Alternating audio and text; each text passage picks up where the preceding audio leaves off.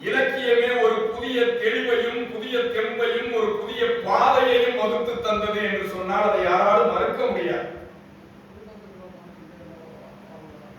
பண்டிதர்களையும் மன்னர்களையும் செல்வந்தர்களையும் பாடிக்கொண்டிருந்த கவிஞர்களுக்கு மத்தியிலே மனிதனை பாடிய ஒரே கவிஞன் எட்டயபுரத்து எழுச்சி கவிஞன் முண்டாசு கவிஞன் பாரதி என்பவனை அவனுடைய வார்த்தைகள் நமக்கு பார்த்து தந்திருக்கிறது.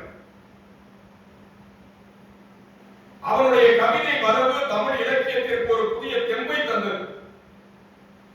அவன் சொன்னதை போலவே செயல்பட்ட கவிஞன்.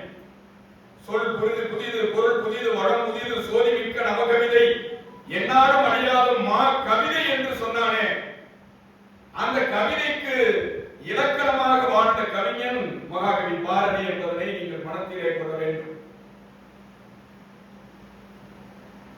ஜார்மன்னன் அங்கே கொடுங்கோல் செய்து கொண்டிருக்கிற வேளையிலும் கூட